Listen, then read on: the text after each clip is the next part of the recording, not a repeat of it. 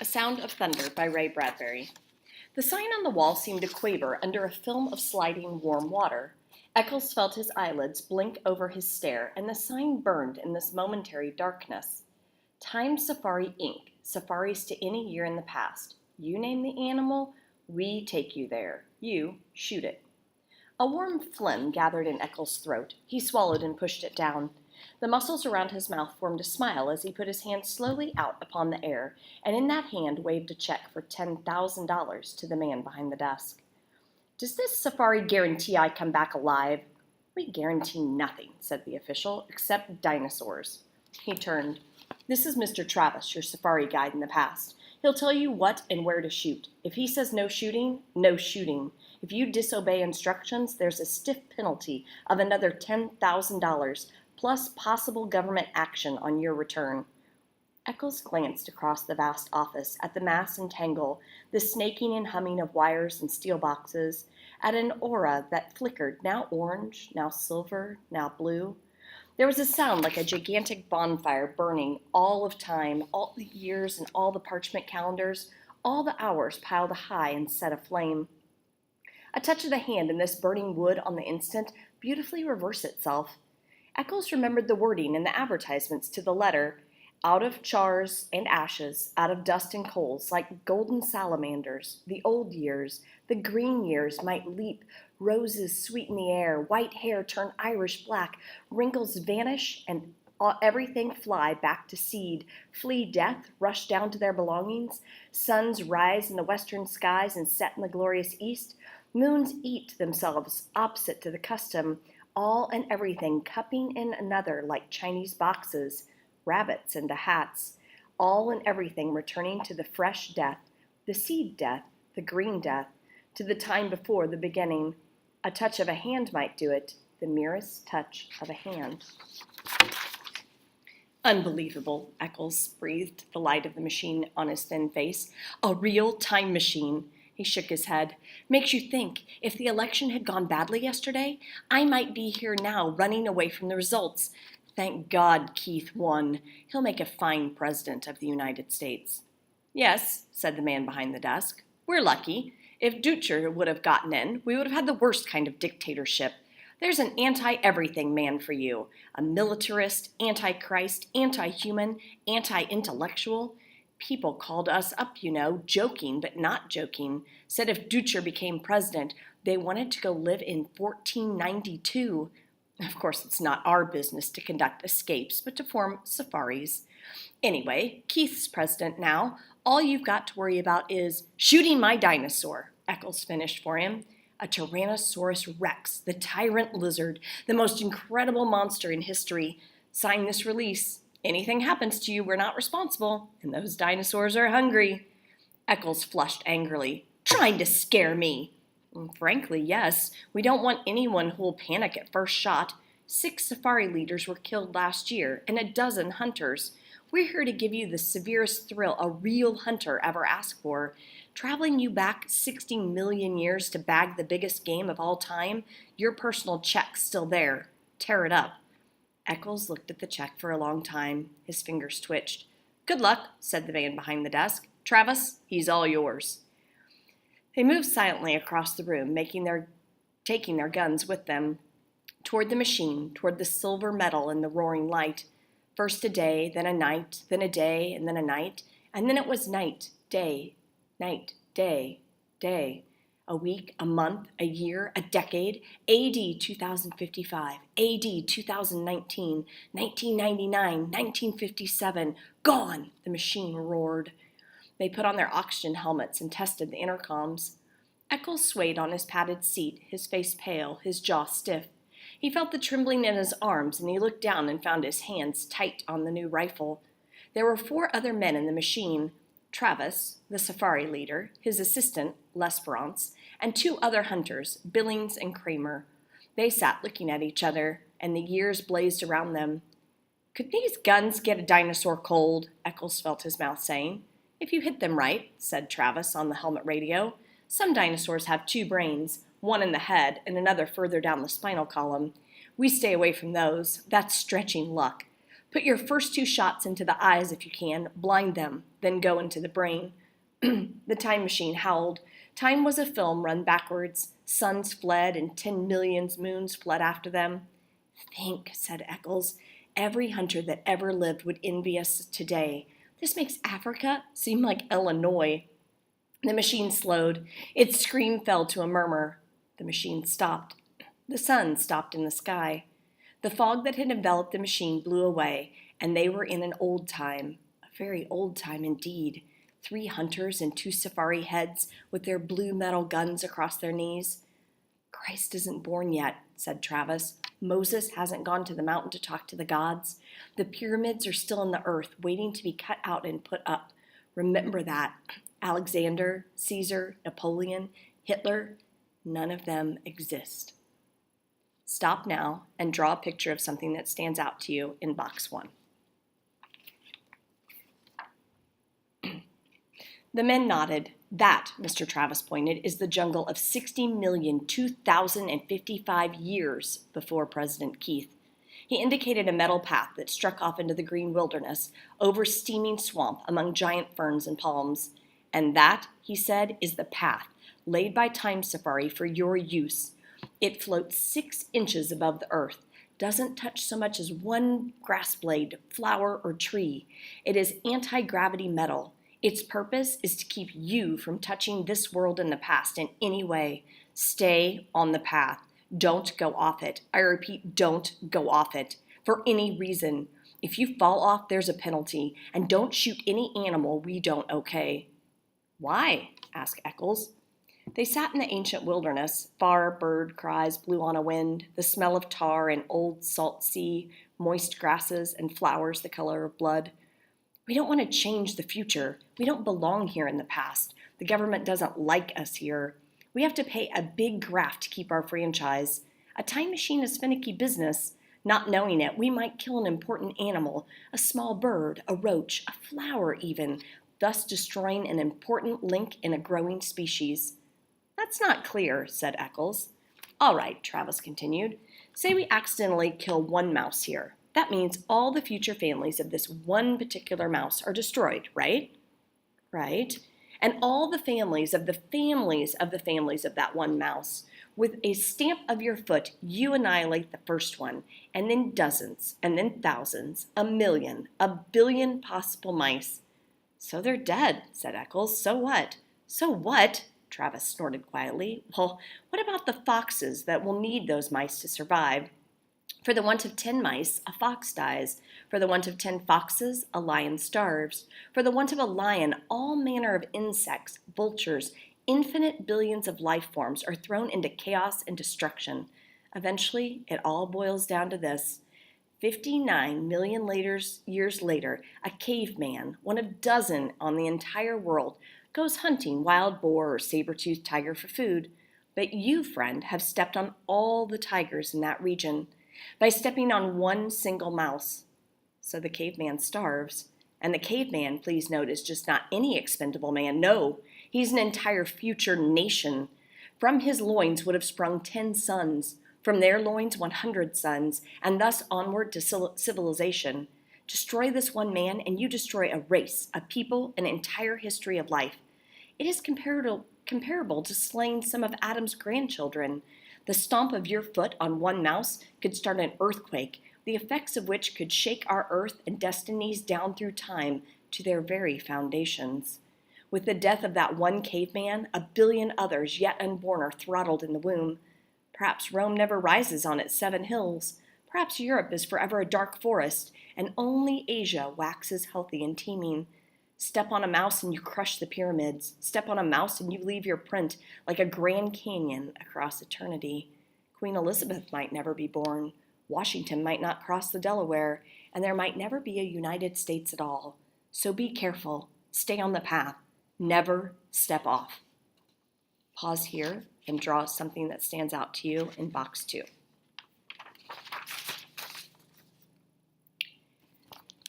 I see, said Eccles. Then it wouldn't pay for us to even touch the grass? Correct. Crushing certain plants could add up infinitesimally. A little air here would multiply in 60 million years, all out of proportion. Of course, maybe our theory's wrong. Maybe time can't be changed by us. Or maybe it can be changed, only in little subtle ways. A dead mouse here makes an insect imbalance there, a population disproportion later, a bad harvest further on, and a depression, mass starvation, and finally a change in social temperament in far-flung countries. Something much more subtle like that. Perhaps only a soft breath, a whisper, a hair, pollen on the air, such a slight change that unless you look close you wouldn't see it. Who knows? Who can really guess and say he knows? We don't know. We're guessing. But we do know for certain whether our messing around in time can make a big roar or a little rustle in history, we're being careful. This machine, this path, your clothing and bodies were sterilized, as you know, before the journey. We wear these oxygen helmets so we can't introduce bacteria into an ancient atmosphere. How do we know which animals to shoot? They're marked with red paint, said Travis. Today before our journey, we sent Lesperance back here in the machine. He came to this particular era and followed certain animals. They're studying them? Right, said Lesperance. I tracked them through their entire existence, noting which of them lives the longest. Very few. How many of the times they mate? Not often. Life's short. When I find one that's going to die when a tree falls on him, or one that drowns in a tar pit, I note the exact hour, minute, and second. I shoot a paint bomb. It leaves a red patch on its hide. We can't miss it.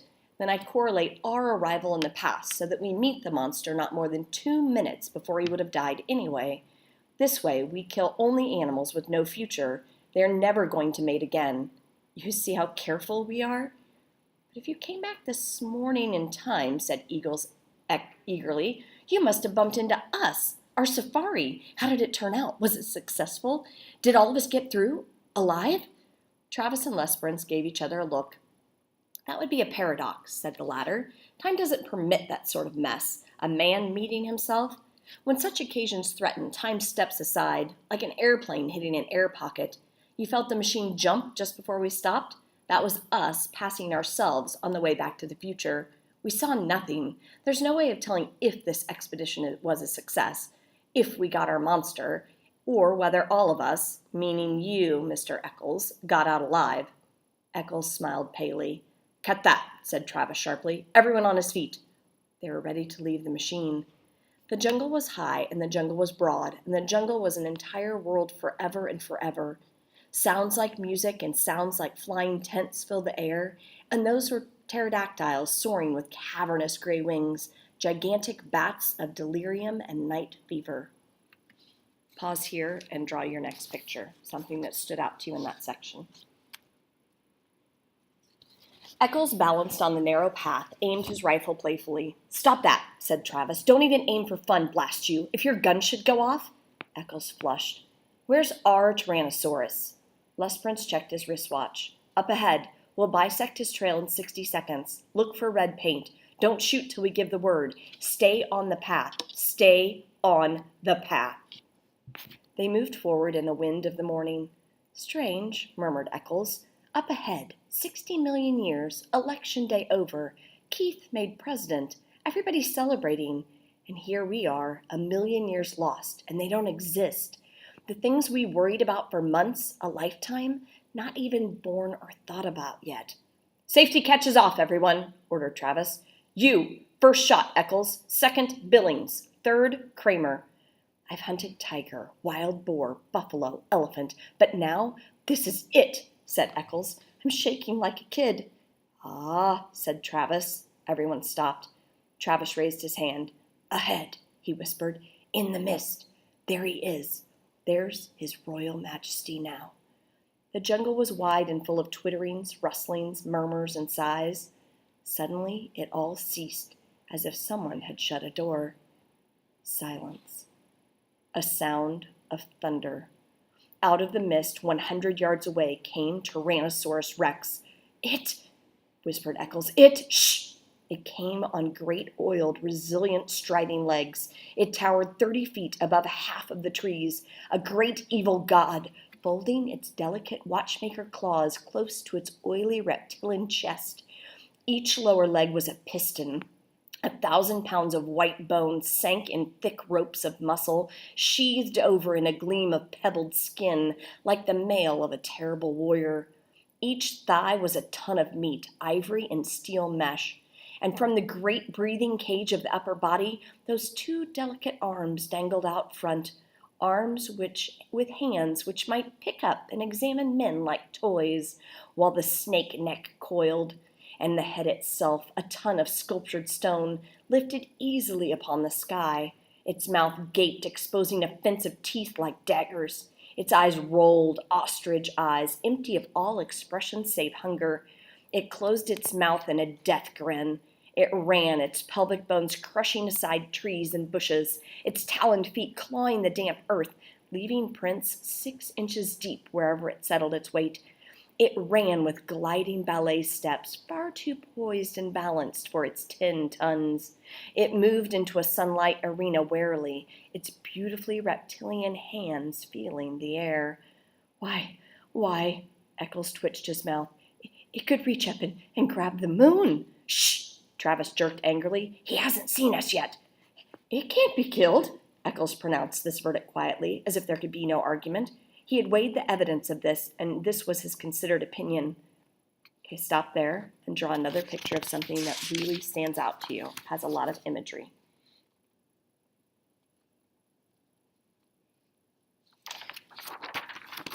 The rifle in his hand seemed a cap gun. We were fools to come. This is impossible. Shut up, hissed Travis. Nightmare! Turn around, commanded Travis. Walk quietly to the machine. We'll remit 1/2 of your fee. I didn't realize it would be this big, said Eccles. I miscalculated, that's all. Now I want out. It sees us. There's red paint on its chest. The tyrant lizard raised itself. Its armored flesh glittered like 1,000 green coins. The coins, crusted with slime, steamed. In the slime, tiny insects wiggled, so the entire body seemed to twitch and undulate, even while the monster itself did not move. It exhaled. The stink of raw flesh blew down the wilderness. Get me out of here, said Eccles. It was never like this before. I was always sure I'd come through alive.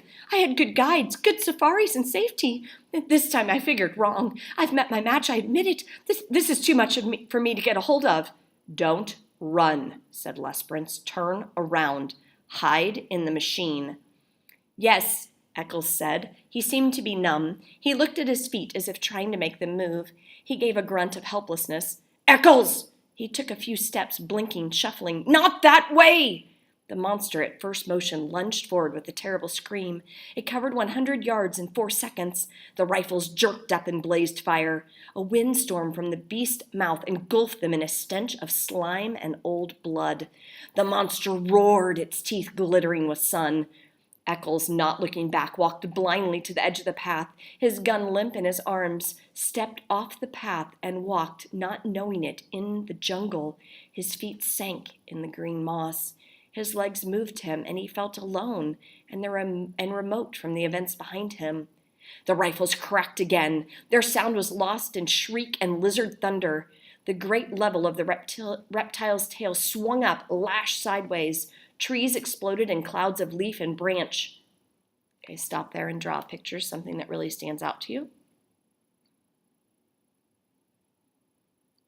The monster twitched its jeweler hands down to fondle at the men, to twist them in half, to crush them like berries, to cram them into his teeth, into its screaming throat. The boulder stone eyes leveled with the men. They saw themselves mirrored. They fired at the metallic eyelids, the blazing black iris. Like a stone idol, the mountain avalanche Tyrannosaurus fell, thundering at clutched trees, pulling them with it. It wrenched and tore the metal path. The men flung themselves back and away. The body hit 10 tons of cold flesh and stone. The guns fired. The monster lashed its armored tail, twitched its snake jaws, and lay still.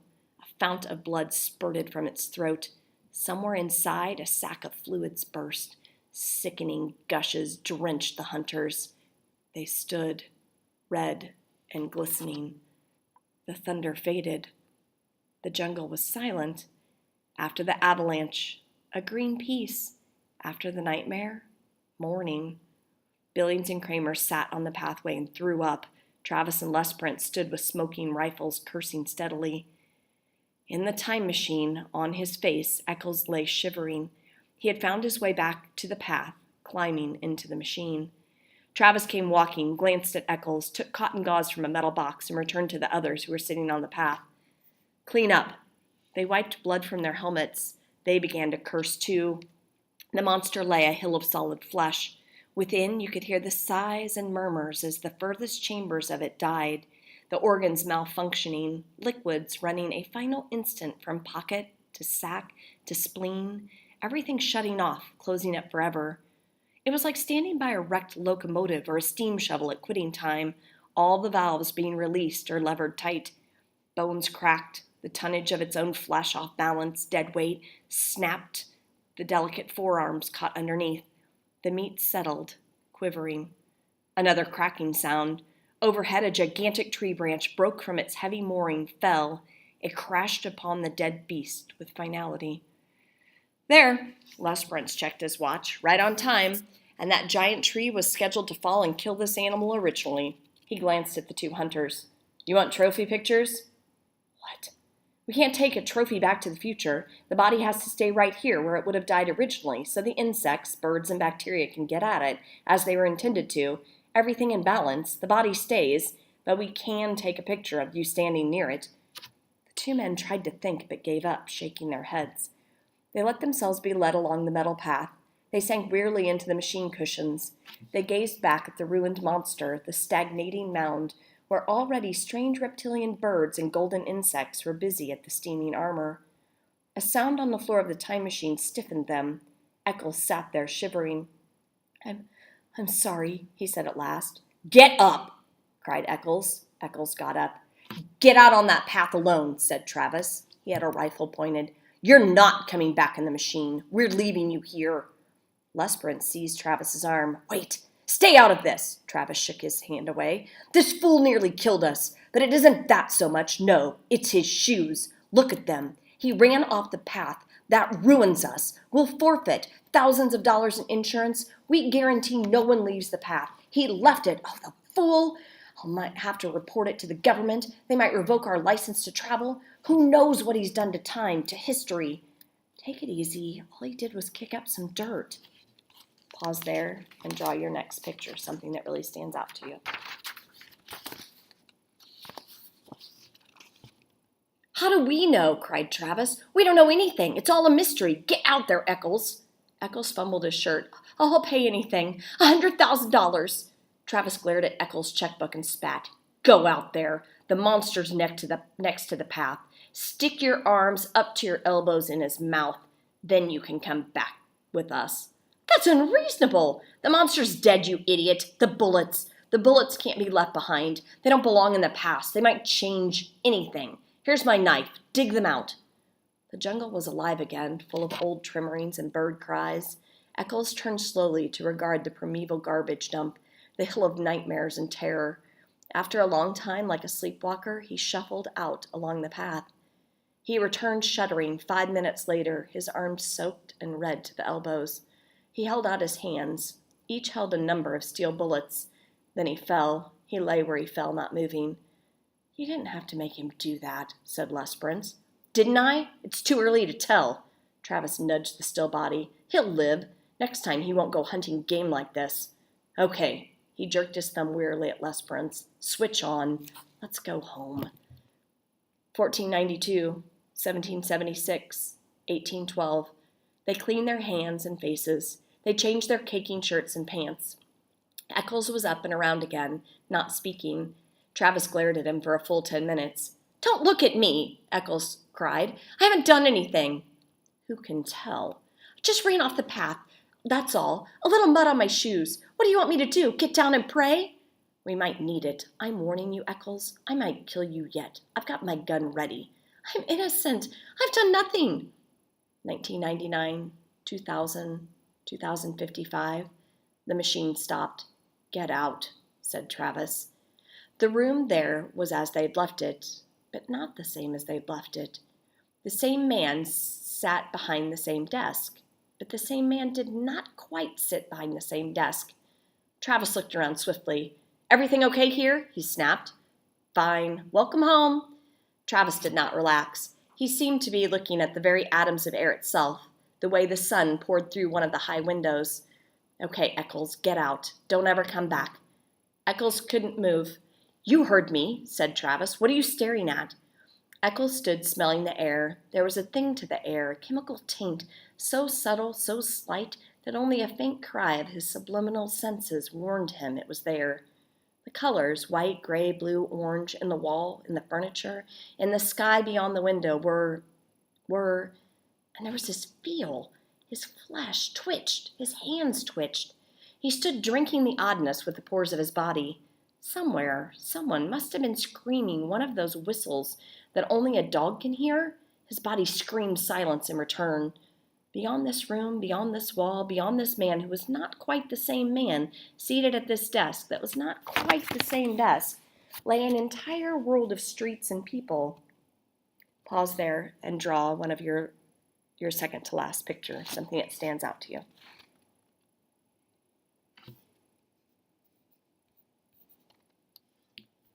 What sort of world was it now? There was no telling. He could feel them moving there, beyond the walls, almost like so many chess pieces blowing in dry wind. But the immediate thing was the sign painted on the office wall, the same sign he had read earlier today on first entering. Somehow, the sign had changed. Time Safari Inc. Safaris to any year in the past. You name the animal, we take your, you shoot it. Eccles felt himself fall into the chair. He fumbled crazily at the thick slime on his boots. He held up a clod of dirt, trembling. No, it can't be. Not a little thing like that. No! Embedded in the mud, glistening green and gold and black, was a butterfly, very beautiful and very dead. No, not a thing like that. Not a butterfly, cried Eccles. It fell to the floor, an exquisite thing, a small thing that could upset balances and knock down a line of small dominoes, and then big dominoes, and then gigantic dominoes, all the years across time. Eccles' mind whirled. It couldn't change things. Killing one butterfly couldn't be that important, could it? His face was cold. His mouth trembled, asking, Who won the presidential election yesterday? The man behind the desk laughed. You joking? You know very well. Dutcher, of course. Who else? Not that fool weakling Keith. We've got an Iron Man now, a man with guts. The official stopped. What's wrong? Eccles moaned. He dropped to his knees. He scrabbled at the golden butterfly with his shaking fingers. Can't we, he pleaded to the world, to himself, to the officials, to the machine, can't we take it back? Can't we make it alive again? Can't we start over? Can't we? He did not move. Eyes shut, he waited, shivering. He heard Travis breathe loud in the room. He heard Travis shift his rifle, click the safety catch, and raise the weapon. There was the sound of thunder. In your last box, draw something that stood out to you in the last section.